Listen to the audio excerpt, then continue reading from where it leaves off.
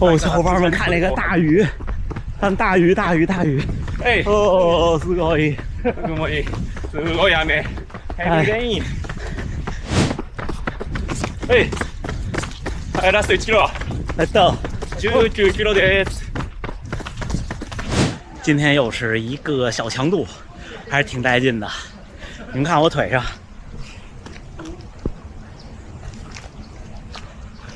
不用担心啊，没有受伤，就是那次真的伤怕了。你看下了雨，跑了到现在有23公里了，在雨里，还挺结实。进入夏训以后，从上个周期开始，我就增加了距离，增加了强度。这个周期还想顶强度。今天是周六，又碰巧是我第4个训练日，比较疲劳。但是呢，又是一个稍微有点强度的训练。2024年大阪马拉松之后的第2周，我就是在周3的强度课上，一个不经意的180度折返受伤了。当时还没什么感觉，跑完就开始疼。结束后，静后肌腱就折磨了我将近2个月，没有认真训练。这2个月对于跑者来说，时间真的太长了。所以在那之后，我只要这段时间强度大或者比赛之后，我都在下一次强度课的时候，在静后肌腱这儿打肌贴。其实上一次的40公里进加速，我就打了一模一样的肌贴。我今天用的是 PT 肌贴，跟大家分享一下打法。这个打法不是我自创的，是去年受伤以后去诊所的大夫给我打的。打完之后，我回去也自己调查学习了一下，确实是一个应对静后肌腱损伤的标准打法。打肌贴的好处其实并不是说它的力量能把你的静后肌腱稳定住，让它不受伤，而是提供一个轻微的外部支撑，让你在跑动的时候注意姿势和发力。我最近用的这个 PT 肌贴支撑还不错，并且在夏天的训练中出汗也不会开胶。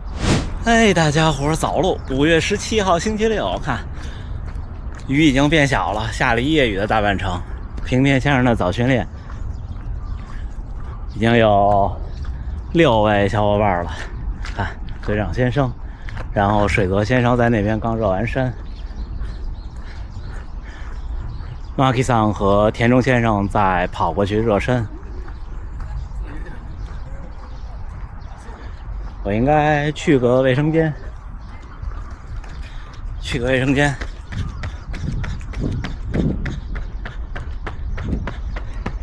今天第4个训练日，咱们回评论。但是今天有个主题，不知道大家听没听昨天信哥的播客李黎教练这一期，我现在还在听，马上应该就听完了，好多特别感触我的地方，而且也准备了评论。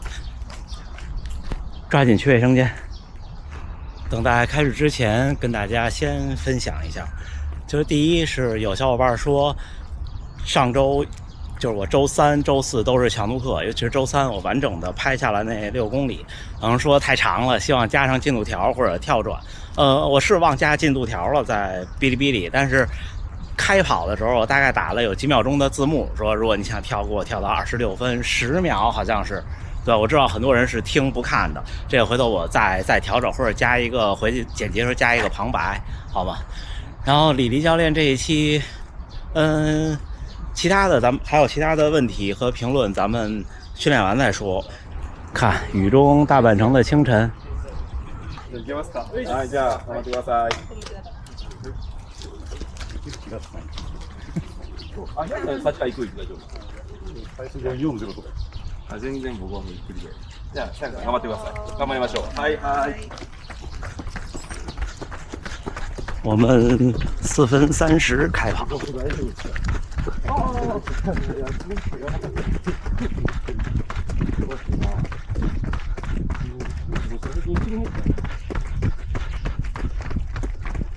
第1公里4分40。哦，小伙伴们看那个大鱼，看大鱼！哎，哦，すごい，すごい雨。ヘビレイン。特别大。我看这鱼，一阵一阵的，忽大忽小，带劲。我们还有不到最后1公里，最后1公里没剪辑，可快进略过。哎，はい、ラスト1キロ。19キロです。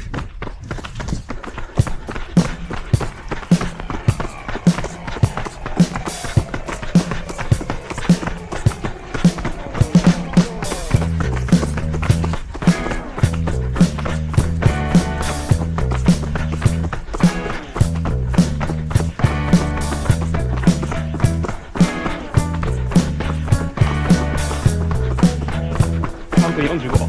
哎。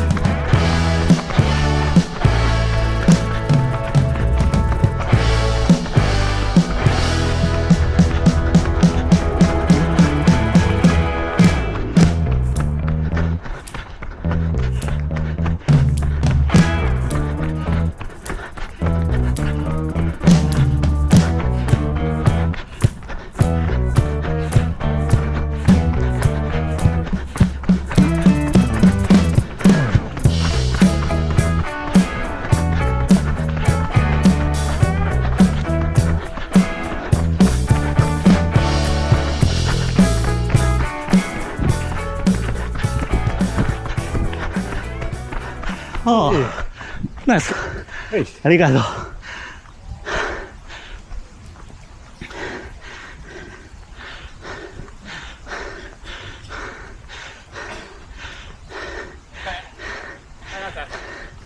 nice。最後ね、変わった瞬間は、はい。结束了，最后冲到可能3分30以内了，我没看，太棒了，镜头上的水都没洒。一会儿聊。还得再插播一个广告，我看618的优惠开始了，我看像菲比特、闭麦、内道什么的都有优惠，大家要是想买夏天的装备什么的，看看我的橱窗，好吗？谢谢大家。和小伙伴们分开，今天加上回家估计得有26公里，3公里跑到这儿，然后一起跑了20公里，4分30，最后1公里加速，一直在下这么大的雨。所以镜头上肯定有水，大家抱歉。今天是我第4个训练日，强度还是挺大的。那我们就快速进入正题，先跟大家分享昨天和今天我分了2次听完的庆哥的播客李迪教练这一期，我特别有启发。一方面是在训练思想上的，更多的是在其他方面。我觉得他说的特别对，我觉得人要有冒险的精神，并且为了在冒险中能抓住转瞬即逝的机会，而在平时的生活中、训练中、工作中，更多的去锻炼自己，这些我都特别受鼓舞。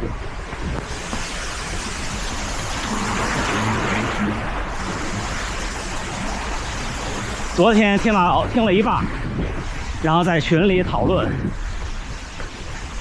其实李毅教练说的特别对，我现在也不太爱去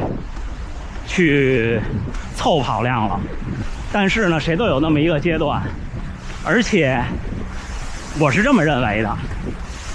就李毅教练举的那个例子，他说他年轻的时候，教练跟他说1周80公里，那时候也没有表，靠手记，到周日一算。78公里，就要出去补那2公里。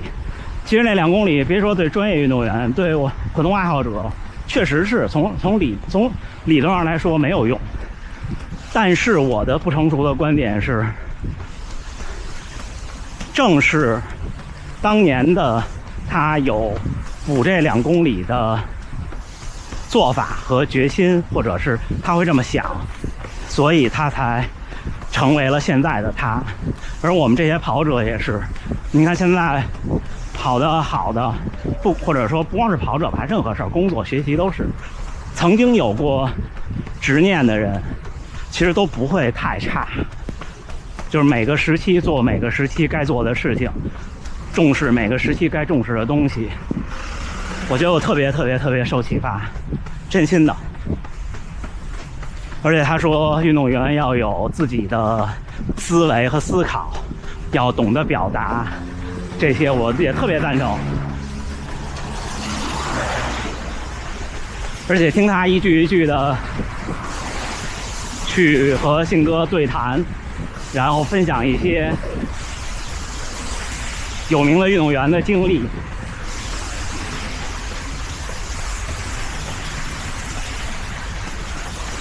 就比方说，让我想特别多的就是关于信心那一部分。我分析，我去年的神户马拉松之前是处于一个信心的最低谷，那个时候练得太多，练得越多呢，就越怀疑自己。因为怎么说呢，我倒不是没有他说那个那么严重，说因为练的时候没有跑的比赛的时候好。就是因为练没有练到那么好，就会想比赛怎么可能跑得比那好？我倒没那么想，可能更多普通人的压力，比方像我这种，就是来自于我觉得我练得还行，但是呢，我害怕天不时地不利人不和，害怕失去机会。同时呢，我倒不是害怕没有那个成绩，而是害怕因为可能的原因，让这场比赛没跑好以后，给我造成心理上的打击。我不知道我能不能表述清楚这个观点。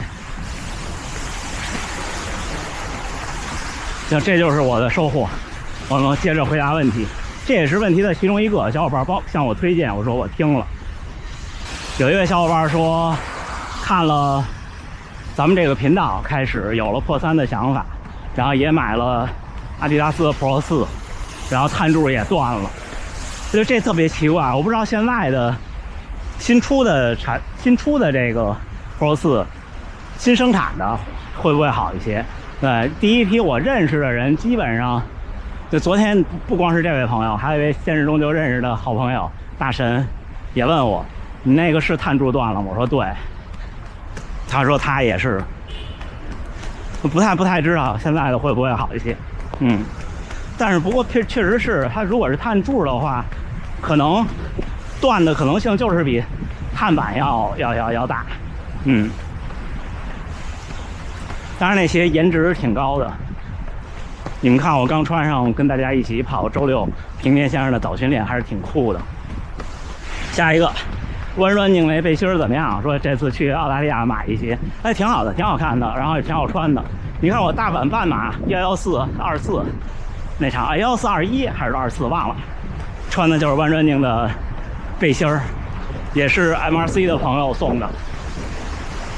这一下雨，这大车的声特别大。然后下一个啊，问我说那天40公里长距离分享能量胶，说能量胶有效果是种什么感觉？这个我不太好言传，也不太好描述。因为那期本身的意思就是希望您能通过有强度的训练的补给，来自己去感受这个感觉。这就跟吃饭一样，你看，你吃完以后你觉得饱，对吧？好多你教你减肥的人说，哎，你慢慢吃，去感觉它，你这样你饱得快一些。它是一个道理，就是你要弄一盆盖饭，呼噜呼噜一吃。吃得越快，你吃完以后你没有感觉到饱，你还能吃一会儿吃撑了。能量胶也是，你要说吃完了就吃完了，我什么都不想，但你其实没有很明显的感觉的。好多感觉是，就是人还是有感情的。对，有时候意义这个东西是你要主动附加给他的，附加给他倒不是说别的原因，就像我那天节目说的最直接的原因，你给他附加一个意义以后，你在比赛中有这个心理暗示的时候，它就会更有用一点。虽然这东西不唯物，但是真心的。不过实打实的，你认真感受是能感受出来的，就是那种觉得突然揭开了一层迷雾，就突然也不是说突然有劲儿了，就是突然觉得轻松了，就是清爽了，那个感觉。可能不太好找一个合适的词。我看这雨下了，赶紧看看镜头。哦，不知道麦克风的声音怎么样。然后下一个，小伙伴说是练柔道摔跤的，也爱跑步，想把10公里跑个成绩，还是半马我忘了。但是呢，又不能放弃体重，因为他那个热爱的另外的运动，这个就很矛盾，这很难办的，就是几乎不可能的。因为大体重不能说跑不快，但是我觉得70-80公斤以上的体重就不要去搞，可能不要老跑半马这种了，半马就太长了。你跑完以后可能就本身您的那项运动对关节的压力就大，可能还会有偶尔的损伤，然后再频繁的去跑长距离，我觉得得不偿失。既然你也明白，就是这东西没办法，这就跟你让吉普乔格去举重，或者让他去格斗，那不可能。但是你说我就喜欢，但是我也要在马拉松上跑出一个成绩，这个可能违背常理，只能放弃。也不是说放弃一个，咱们都是普通人，又不追求什么，就放弃一部分，就好了。最后一位小伙伴说，去年秋天开始跑步的，能跑10公里一口气，10公里跑个1个小时以内，但是现在热起来了，感觉5公里就跑不动了。我说这个很正常，但是这么明显的还是不常见的，就是你能跑10公里了，现在5公里就跑不动了，可能还都是心理作用。其实跑步这个事儿，我们再回到李迪教练这一期内容，我觉得他说的更多的其实不是训练中的科学。你看他不管是说他的运动员在低谷的时候，还是他的运动员要挑战什么成绩的时候，他说的更多的都是心理层面的，就是信心。因为其实人跟人大家都差不了太多，运动员经历了选材肯定是比我们强，但是他归根结底他还是人。而在专业运动员的赛场上，更多的我真的觉得，尤其是短一点距离，像1500、3000、5000这种，信心很关键，很关键。这连浪拢音的效果太明显了，刚才剧场我给剪掉了，就是信心特别关键，真的特别关键。就是你看，虽然很多教练都是说运动科学，或者说运动医学，但是我觉得运动心理学很重要。但是这正好是普通人最缺的东西，因为我们没有那个机会去接触到。专业队是有运动心理学的辅导的，但是也得看人，所以这也是选材的一部分。体育运动这事儿挺残酷的。我总在说，你说现在中国就是全中国马拉松跑得好的人，你叫出名字来，你能叫出多少个？但是你说这各省市、地区、体校有多少学生在搞中长跑？那最后都去哪儿了呢？有时候一下大雨就会有感触。这4天跑的挺多的，一会儿咱们训练后聊。5月17号星期六清晨7点40多了，今天一共跑了26公里，3公里热身，3公里冷身，20公里的430配速，最后冲一冲还可以。整体的平均配速4分40，跑2小时01，运动表现优秀，训练负荷中等，有氧效果提高，还可以。最快1公里3分34，不错。这几天的训练真的是挺多的。你看我，第一天周3的时候是早上起来7公里的热身，然后一个6公里的阈值，一个5公里的冷身，然后下午一个25分钟的室内力量，然后还拍摄点东西，出去跑了2公里，匆匆跑。然后第二天又是一个强度7公里的热身，然后10公里的3分36平均配速，然后一个4公里多的冷身，然后下午有一个20分钟的室内力量，然后又没有又了。然后昨天早晨跑了一个15公里的轻松跑，下午16分钟的力量，之后又去大阪城跑了一个6公里的轻松跑，等于都是在21公里，对，今天是26公里，而且都有强度。就这4天其实总量没有那么大，没有上个4天大，但是强度大，就是量啊和强度啊互相交替的来就好了。我特别推荐大家去听听信哥的播客，叫《信口开河》。最近这一期讲李迪教练，这一期真的特别有收获。我现实中没有见过他，也没有机会能认识他，不知道未来有没有荣幸在哪里能够见到他。我一定会跟他说，我说这一期节目对我的触动很大。还是那句话，人要有冒险精神。虽然总说选择有的时候比努力更重要，但是至少要努力到有选择的权利和机会。真心话，行吧，不跟大家多说了，雨又大了。最后还是在雨里祝大家能努力生活，健康平安。咱们今天下午北京时间1点半直播间再见。